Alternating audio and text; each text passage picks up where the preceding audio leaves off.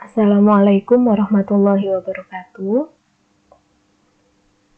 Hari ini kita akan belajar materi di KD yang terbaru, yaitu tentang gelombang mekanik. Nah, apa saja yang akan kita pelajari? Yaitu ada empat topik bahasan. Yang pertama kita akan mendefinisikan apa itu gelombang, kemudian membedakan jenis-jenis gelombang, belajar tentang besaran fisis gelombang, dan kemudian mempelajari juga tentang sifat-sifat gelombang mekanik. Nah, kita mulai ke bagian yang pertama, definisi gelombang. Coba kamu perhatikan di sini ada 6 gambar proses terjadinya gelombang di permukaan air. Oke, gambar yang pertama ini, permukaan air itu awalnya tenang, kemudian dijatuhkan batu, maka akan terbentuk gelombang air dengan proses seperti ini. Nah, ketika kita amati proses ini, kita akan melihat ada dua fenomena yang bisa kita amati sekaligus. Di sini yaitu yang pertama, adanya osilasi atau getaran di sekitar posisi jatuhnya batu. Osilasi atau getaran ini bisa kita lihat dari bergeraknya permukaan air naik dan turun. Kamu perhatikan di sekitar tempat jatuhnya itu tadi. Ada permukaan air naik, kemudian turun, naik, turun. Nah, itu berarti ada osilasi atau getaran di situ.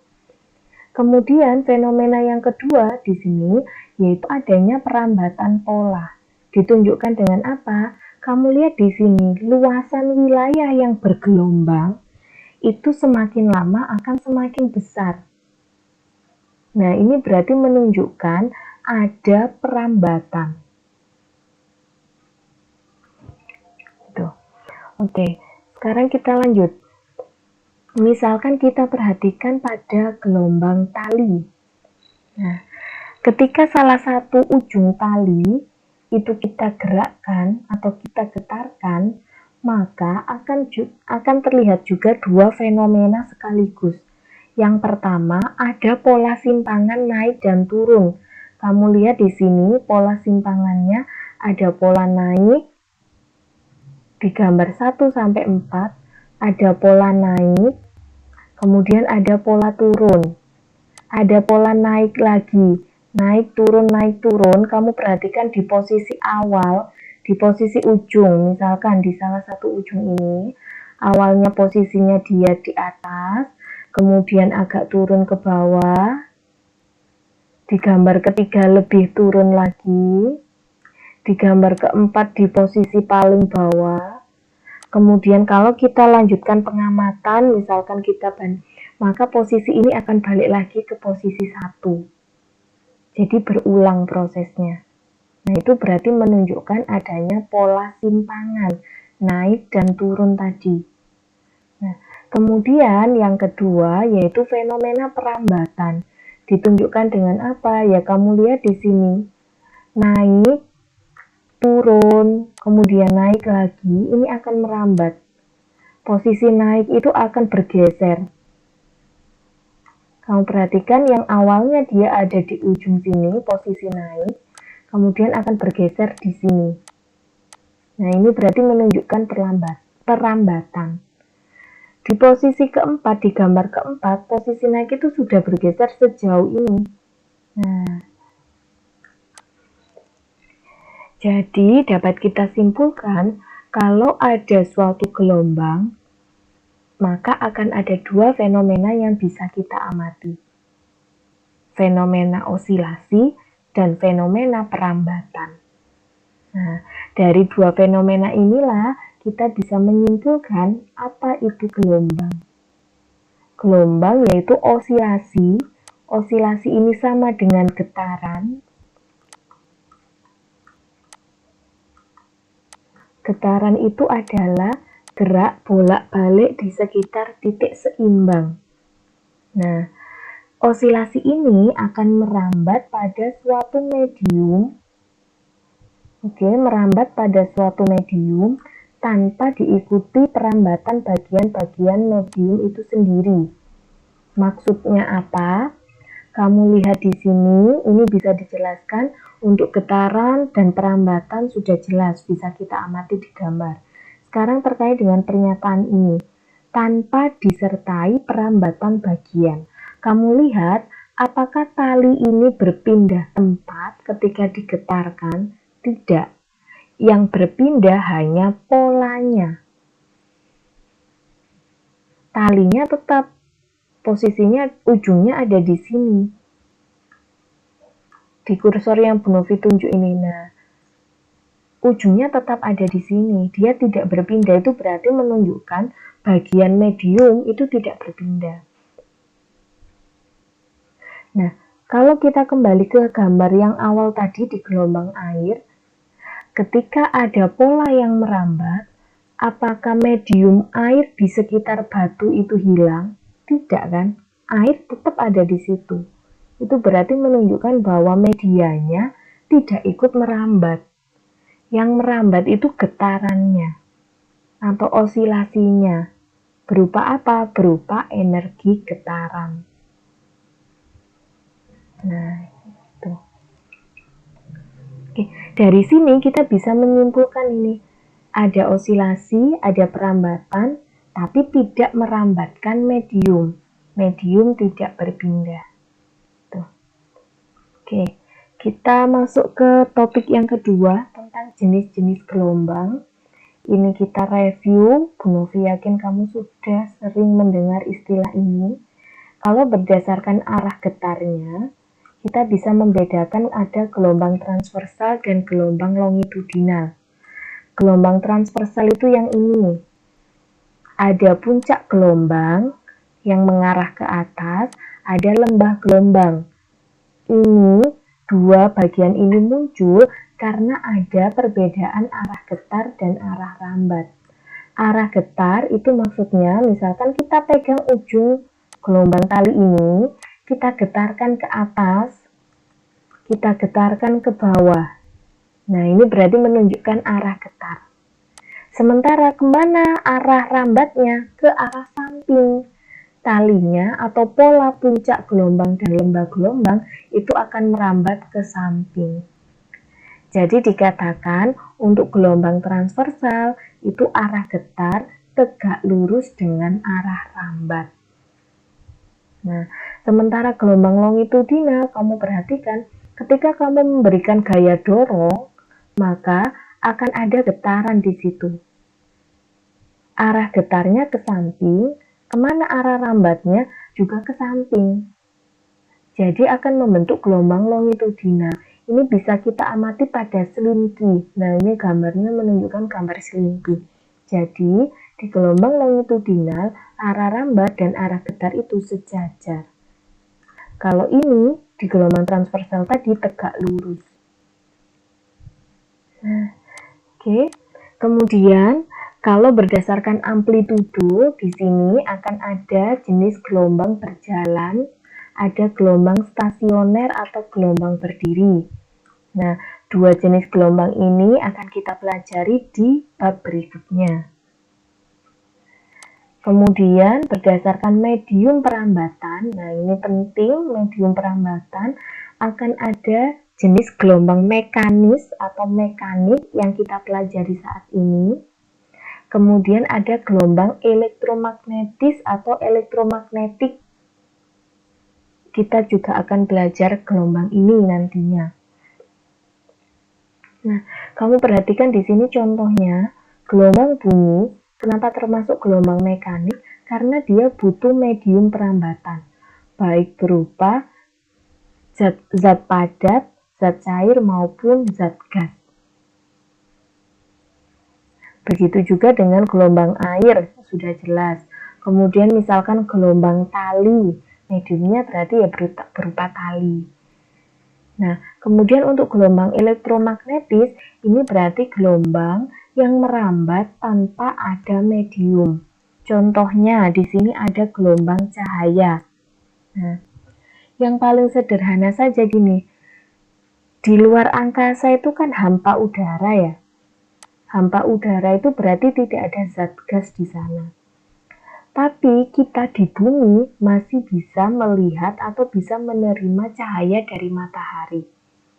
Nah, berarti kan gelombang cahayanya matahari ini bisa kita tangkap meskipun tidak ada medium udara di luar angkasa. Nah, seperti itu.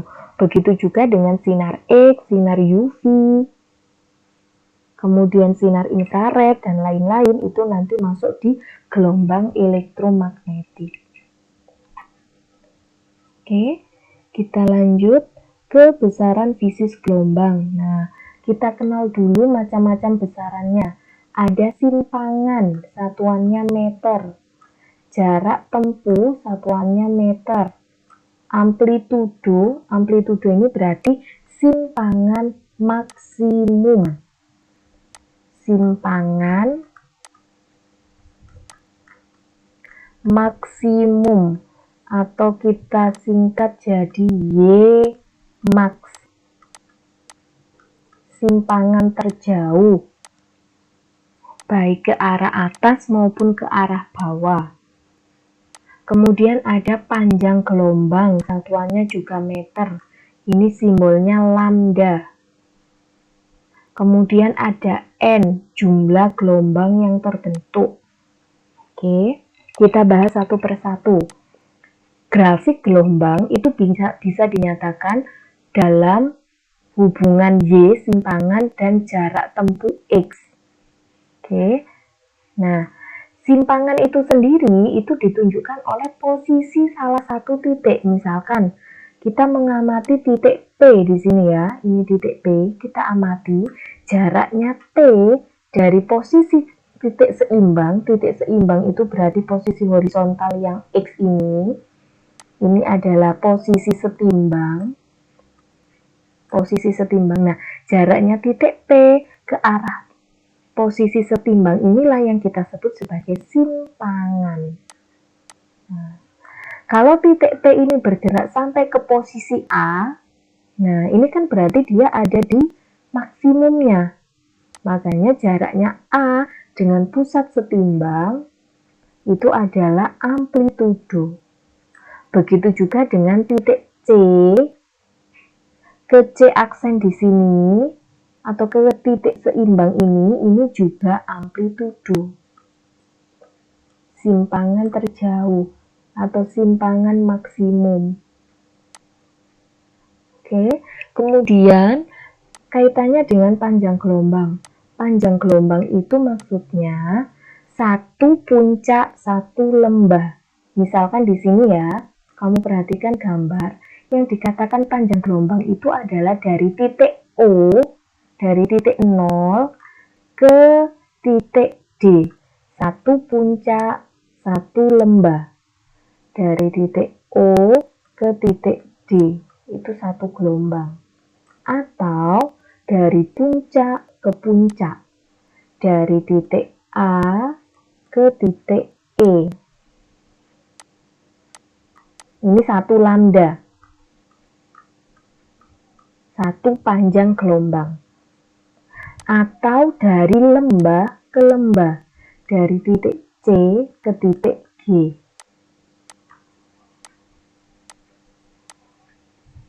Oke.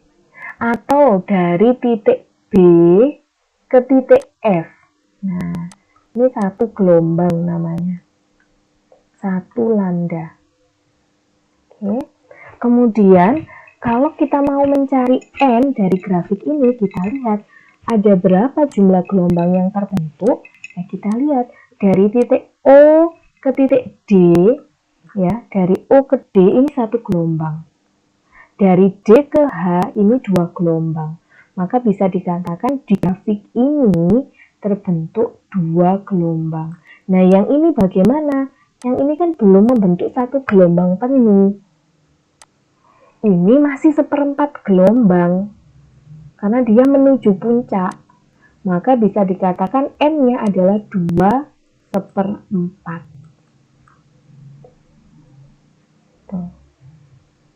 Oke. Nah, kemudian ada besaran frekuensi periode, waktu tempuh, dan V kecepatan rambat. Nah, grafik gelombang itu juga bisa dinyatakan hubungannya berupa simpangan terhadap waktu. Nah, jadi kalau di slide sebelumnya kita menjelaskan grafik hubungan Y terhadap X, simpangan terhadap jarak. Kalau yang kedua ini adalah simpangan terhadap waktu. Posisi amplitudo, simpangan itu sama. Yang membedakan adalah kalau di jarak tempuh itu dari A ke E kita sebut sebagai lambda. Kalau hubungan waktu berarti A ke E itu dikatakan periode. Waktu yang dibutuhkan untuk menempuh satu panjang gelombang. Dari A ke E itu satu periode. Dari C ke G itu juga satu periode. Dari O ke D itu juga satu periode. Tuh. Nah, untuk mencari frekuensi, kita bisa mencari dari persamaan ini. Banyaknya gelombang, kamu bagi dengan waktu tempuhnya. Kalau kita mau cari periode, kita bagi waktu tempuh dengan banyaknya gelombang. Dari dua besaran ini kita bisa rumuskan kalau F itu sama dengan 1 per T atau T itu sama dengan 1 per F. Nah, waktu ada, jarak tempuh ada, panjang gelombang itu kan kaitannya dengan jarak ya. Maka kita bisa mencari ini, kecepatan. Jarak dinyatakan dalam panjang gelombang, meter per sekon. V itu bisa kita cari dari lambda per F. Nah, karena F tadi adalah 1 per T, maka V bisa dicari dari lambda per T. Tuh. Oke, kita coba terapkan nanti di contoh soal supaya lebih paham tentang besaran fisis. Kemudian ada besaran fisis berikutnya yaitu fase gelombang. Fase gelombang ini adalah keadaan gelombang yang kaitannya dengan simpangan dan arah rambat. Simbol fase gelombang itu kita sebut V. Tulisannya PHI tapi bacanya V. Beda dengan pi. Nah, ini memang pi kita bacanya 3,14. Nah, kalau fase gelombang ini simbolnya adalah V. Bisa kita cari dari theta, sudut gelombang atau sudut fase, per 2pi. Oke. Nah, 2 titik dikatakan sefase jika dia memiliki jarak 1 lambda, 2 lambda, 3 lambda. Jadi angka bulat. Itu dikatakan satu fase atau sefase. Nah, ini sefase. Akibatnya apa? Titik ini akan memiliki A yang sama dan arah gerak yang sama. Oke, kita kembali lagi ke slide sebelumnya. Nah, ini. Kamu perhatikan, titik A dengan titik E itu berarti kita sebut sefase. Memiliki nilai A yang sama, memiliki arah yang sama. Arahnya kemana? Dia kan ke atas. Atau titik C dan G. Nah, ini dikatakan sefase. Sama-sama A jaraknya dari posisi setimbang, kemudian arahnya juga sama-sama ke bawah. Atau titik B dengan titik F. Nah, ini juga dikatakan sefase. Dia sama-sama di posisi setimbang atau simpangannya 0. Oke. Nah, kemudian kaitannya dengan fase yang berikutnya, 2 titik dikatakan berlawanan fase jika kedua titik itu berjarak setengah lambda, 1,5 lambda, 2,5 lambda. Jadi intinya adalah berjarak bukan angka bulat, separuhnya, setengah, 1,5, 2,5. Akibatnya apa? atau kita bisa melihatnya, kedua titik ini akan memiliki arah simpangan yang berlawanan. Kita perhatikan dari titik ini dulu. Titik A dengan titik C dari puncak ke lembah ini dikatakan setengah gelombang. Dikatakan fasenya berlawanan, yang satu di atas, yang satu di bawah. Meskipun simpangannya sama-sama A. Contoh lain, titik G dengan titik E. Nah, ini juga berlawanan fase. Posisinya satu di atas, satu di bawah. Meskipun simpangannya sama-sama A. Atau titik C dengan titik E. Ini juga berlawanan fase. Oke. Kita lanjut. Nah, kemudian dari posisi titik-titik itu tadi, apakah sefase atau berlawanan fase, kita bisa mencari yang namanya beda fase. Dapatnya dari mana? Fase kedua kurangi fase pertama, atau X per lambda.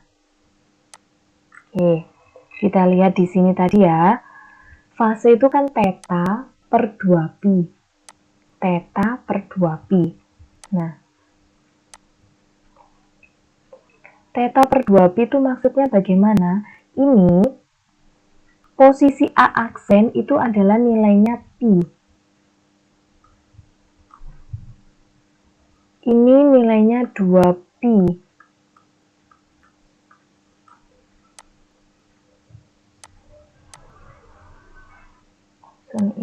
Ini setengah pi ya. Setengah pi, ini pi, ini 3 per 2pi gitu ya. Nah, titik A itu dikatakan dia ada di sudut setengah pi. Maksudnya gimana? Setengah pi itu kan 90. Nah, itu kan sama dengan grafiknya sin. Sin 90 itu kan 1. Jadi simpangan maksimum dianggap 1. Jadi kalau kita asumsikan dia grafik sin, berarti posisi A ini di titik tertinggi. Setengah pi, pi 3 per 2pi. Oke. Nah, tadi rumusnya fase atau V itu kan theta per 2pi. Nah, tetanya adalah setengah pi.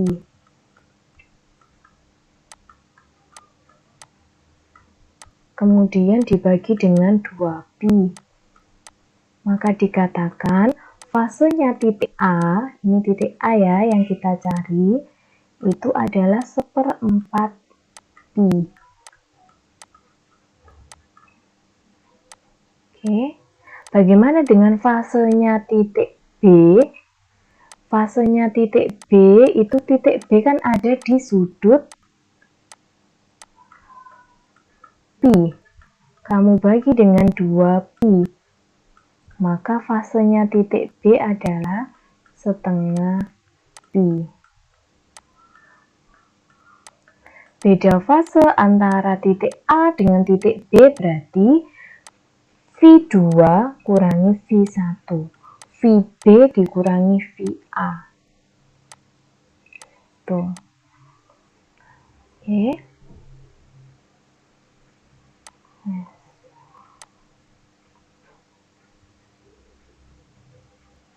Kalau beda fase bisa diketahui, beda sudut juga bisa diketahui. Tadi V delta V AB itu kan berarti V-nya B dikurangi dengan V-nya A. V-nya B tadi setengah, V-nya A 1/4. Oke. Berarti beda fasenya adalah 1/4. Beda fase 1/4, beda sudutnya berarti 2pi dikalikan 1/4 sama dengan setengah pi. Bisa juga kita buktikan tadi di gambar. A itu dari posisi setengah pi, B itu di posisi pi, berarti kan selisihnya setengah pi. Beda sudut fasenya setengah pi, beda fasenya beda fasenya 1/4. Nah, berdasarkan hitungan ini tadi. Tuh. Oke, kita lanjut ke contoh soal. Ada grafik ini menyatakan gelombang dinyatakan dalam grafik Y terhadap T. Berapa jumlah gelombang yang terbentuk? Kamu lihat, dihitung dari posisi awal ya, dari titik O, satu puncak, satu lembah, ini berarti satu gelombang. Puncak lembah berarti jumlah gelombangnya atau N-nya sama dengan 2. Berapa waktu tempuh gelombang? Kamu lihat, dari 2 gelombang ini butuh waktu berapa di sumbu X-nya? Kan kaitannya dengan T, sumbu horizontalnya.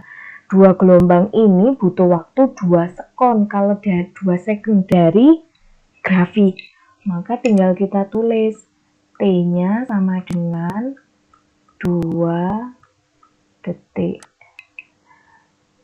Berapa amplitudonya? Tinggal dilihat simpangan maksimum dari ini.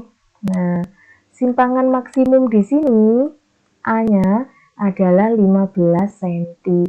Maka kita bisa tulis A sama dengan, kalau kita nyatakan dalam senti ya berarti 15 cm. Kalau kita nyatakan dalam meter berarti 0,15 meter. Berapa panjang gelombangnya? Kita diminta menentukan nilai lambda.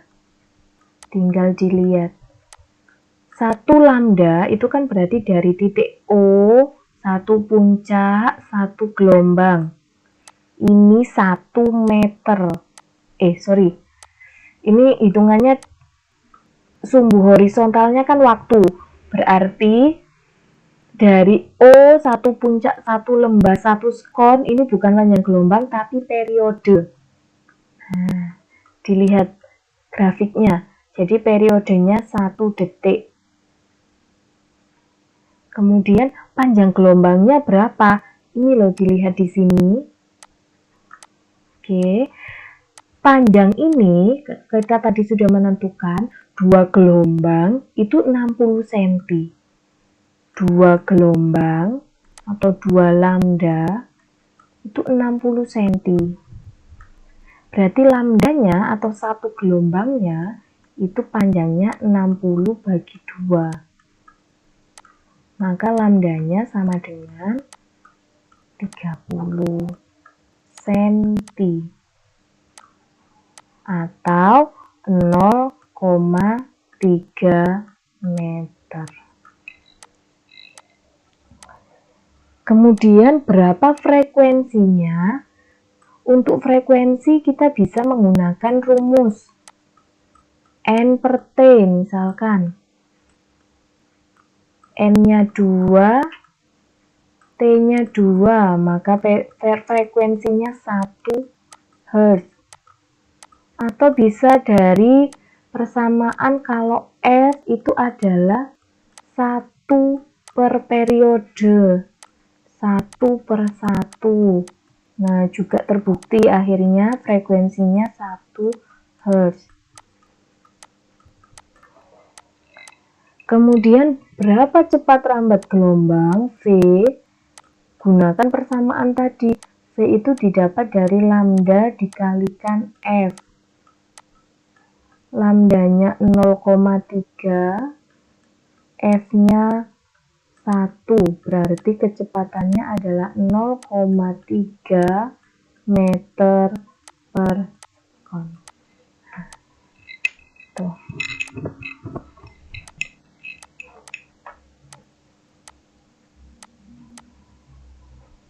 Kita lanjut ke contoh yang kedua.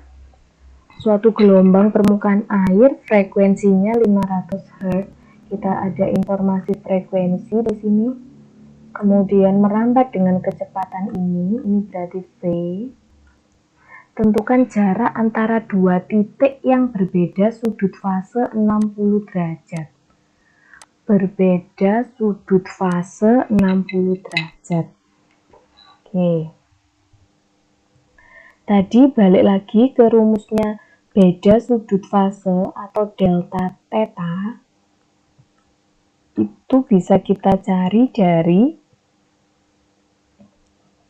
kamu bisa cek. Nah, ini tadi delta theta itu 2pi dikalikan delta V. Oke. 2pi dikalikan dengan delta V. Oke. Delta V dapat dari mana? Delta V itu kan tadi bisa kita cari. Kita balik lagi ke slide tadi. Oh, nah ini delta V itu bisa dicari dari V2 kurangi V1 atau dari X per lambda. Nah, maka persamaan ini bisa kita ganti. Delta theta-nya kan bisa langsung kita masukkan 60 derajat. 60 derajat itu berapa pi? Nah, ini harus kamu rubah. Kita masukkan persamaannya ya. 2pi. Tadi delta V itu bisa dicari dari X per lambda. X ini yang mau kita cari, jarak ini X. Nah, lambda dapat dari mana? Lambda itu bisa dicari dari sini. Kan ada informasi V, ada informasi frekuensi. Nah, frekuensi itu kan dapat, kecepatan itu dapat dari lambda kalikan frekuensi. Berarti lambdanya sama dengan V per F. 350 bagi dengan 500. Coret 7, ini 10. Maka lambdanya 7 per 10. Oke. Nah, kemudian 60 derajat ini berapa pi? Pi itu sama dengan 180 derajat. Pi radian itu 180 derajat. Kalau 60 ini kan berarti 1/3-nya. Berarti 1/3 pi. Sama-sama ada pi, ruas kiri, ruas kanan hapus. Kemudian berarti sisa 1/3 sama dengan 2x per lambda. Lambdanya 7 per 10. Berarti 2x dikalikan 10 per 7. Oke, kamu kalikan silang. 3 kali 2x kalikan 10 itu berarti 60. X sama dengan 7. Berarti X kamu bagi 7 per 60. 7 dibagi 60 kita hitung 0,12 meter. Sudah ketemu.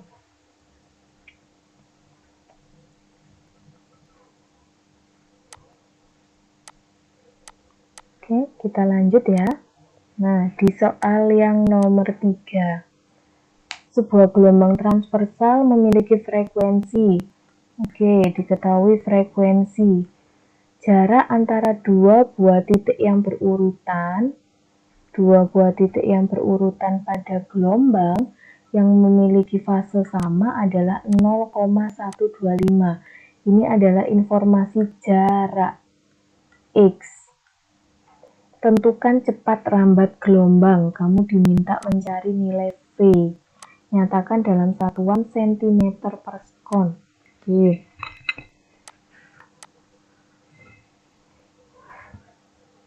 Balik lagi tadi, delta V. Oke, kita jalan dari V ya. V itu sama dengan lambda dikalikan F. Lambdanya belum ada, F-nya sudah ada. Dapat dari mana lambda? Dari persamaan tadi. Delta V itu adalah X per lambda. Nah, delta V-nya berapa? Dua buah titik berurutan memiliki fase sama. Fase sama itu berarti V2 dikurangi V1. Kalau berfase sama itu berjarak 1 lambda, berjarak 2 lambda, 3 lambda, dan lain-lain. Nah, berarti delta V-nya berapa? Kita bisa buktikan dia dari gambar. Kita cek lagi ya. Tadi gambar grafiknya tadi. Nah, di grafik yang ini bisa. Misalkan titik A itu kan ada di pi per 2. Sefase dengan apa? Dengan titik E misalkan. Titik E ini di pi berapa? Ini pi per 2 berarti ini pi. Ini 3 pi per 2. Ini 2 pi. Ini 5 pi per 2. Nah, berarti kita bisa lihat di sini. V2-nya 5 pi per 2, V1-nya adalah pi per 2. Oke, kita balik ke slide tadi. Nah, V2-nya adalah 5 pi per 2, V1-nya pi per 2. Maka selisihnya adalah 2 pi. Jadi, kalau ada keterangan dua buah titik posisinya berurutan, memiliki fase sama, itu bisa langsung kita simpulkan bahwa delta V-nya atau beda fasenya adalah 2 pi. Oke, ini lambdanya yang mau kita cari. 0,125 per lambda. 0,125 per lambda. Maka lambdanya bisa kita cari dari 0,125 dibagi 2 pi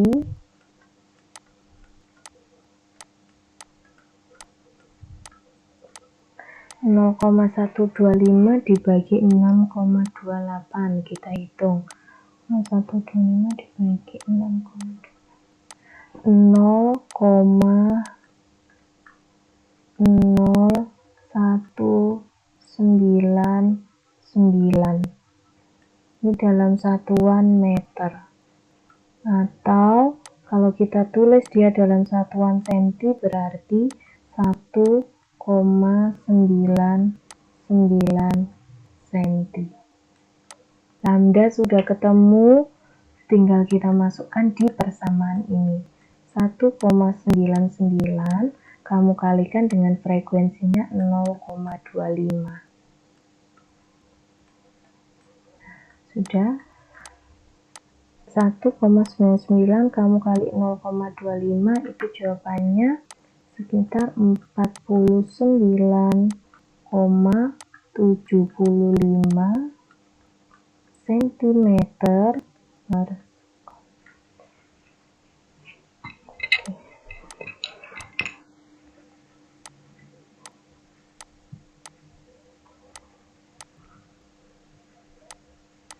contoh soal berikutnya, ada dua buah gabus terapung di permukaan air laut berjarak 1,5 meter satu sama lain. Kedua gabus berada di puncak gelombang, dan di antara kedua gabus itu terdapat dua puncak gelombang. Oke, ini informasi X, kemudian ada nilai frekuensi, kamu diminta mencari lambda dan V. Nah, kalau soal semacam ini, kamu gambarkan kemungkinan bentuk gelombangnya. Misalkan ini posisi seimbang, PS misalkan. Oke, kita mulai dari posisi seimbang, misalkan gini. Oke. Nah, misalkan gabus yang pertama ada di posisi ini. Nah, ini gabus pertama atau G1. G2 ada juga di puncak gelombang, tapi di antara kedua gabus ini terdapat dua puncak gelombang. Berarti kita gambarkan gini, 1, 2, 3. Nah, ini jaraknya berarti gabus 2 ada di sini. Nah, nanti kamu gambarkan gelombang itu yang sama ya bentuknya. Ini karena Bu Novi tidak di buku, akhirnya kesulitan menggambar. Nah, gambarnya harusnya sama. Ini G2 di sini. Nah. Oke. Bentar, Bu Novi perbaiki dulu gambarnya. Oke. Kita perbaiki gambarnya supaya tidak rancu.